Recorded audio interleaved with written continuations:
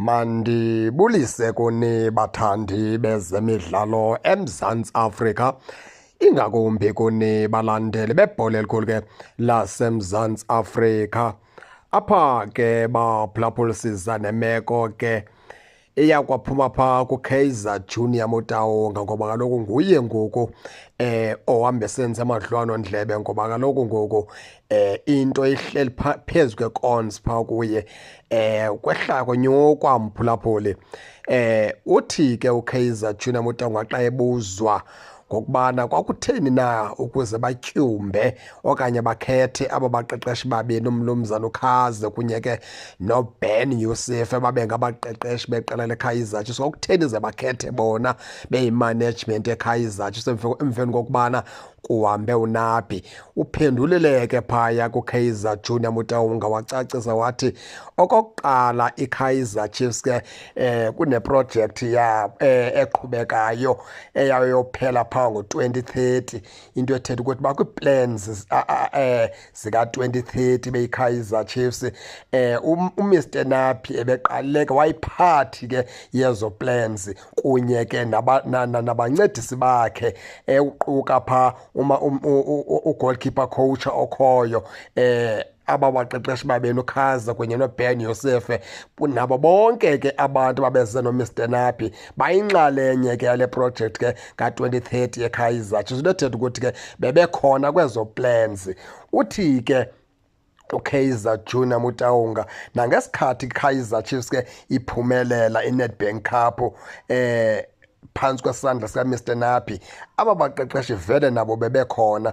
Uthi ke kwalile xa bekhulula uMr Nabi kwabonakala xa behlala phantsi okubana ke noko mabangabi saphakama bajonga umqeqeshi, naba baqeqeshi bakhona ngoba vele bakwi-plans and bayayazi yonke into ibisenzeka ngexesha kuKunabi, yonke into ibisenzeka bebekhona, futhi ke bayazazi nee-players ezithe zathengwa kuKunabi, futhi ke yonke into ibiplanwa nguNabi bebekhona aba baqeqeshi, nento ibiplanwa imanagement eKaizer Chiefs bebevele bekhona. Into ethetha ukuthi ke xa kunikezelwa bona umsebenzi uzoba lula. Utsho kanjalo ke phaa uKaizer Junior Motaung, watsho ecacisa sithi nangoku bayile Afrika, noko bazame Afrika, wonke umntu ubona into yokubana ke bazamile Afrika, and ke naxa kuvulwa phaa isizini bake bazama bazamile nalapha ke phantsi kweliga lapha eMzantsi Afrika. Into ethetha ukuthi noko nabo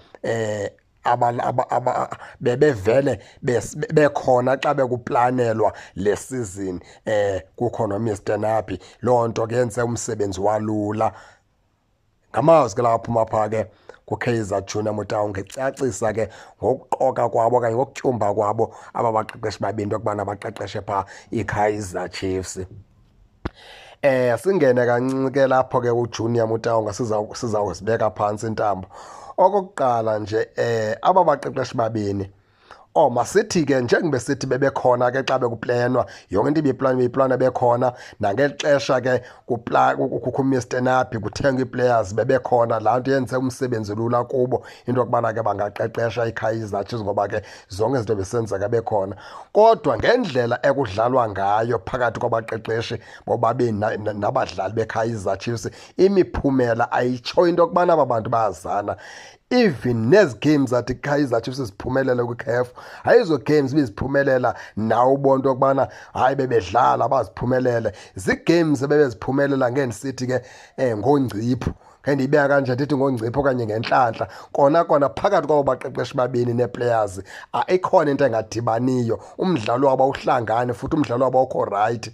Masingabe siquma izinto Kaizer Junior Motaung, imanga phambili utsho phambi kwabantu uthi wenze iphutha, unenze imistake ngotyumba aba baqeqeshi, soze niphinde niliphinde iphutha elinje. Suqhubeleka ucacisa into engafuna ucacisa ukuba aba baqeqeshi ukusukela oko batshintsha ischeme sikaMr Nabi zange iphinde ke kubekho into right, and bona nabadlali kuyabonakala ikhona into engahlanganiyo, abahlangani tu konke abo baqeqeshi nabadlali. Into enzeke ebaleni nento kwabo baqeqeshi ayidibani Junior Motaung. ayihlangani mfana omdala. Nathi sinamehlo siyajonga, sinengqondo siyakwazi ucinga, siyabona ikhona into engadibaniyo. Noba ke wena ungafuna ukuyiyayaza but kuyabonakala into yokubana phakathi kwabadlali nabaqeqeshi plus nemanagement akuhlangani nje, ikhona into engahlanganiyo phaa kwiqela ke leKaizer Chiefs. Baphulaphuli ke nani ningake ningene nitshone into yokubana ke niyiva njani nale meko, nize ningakhohlwa usubscribe kule channel ukuze ningaphoswa zezemidlalo endizanothulela zona kwixa elizayo kakuhle babukeli.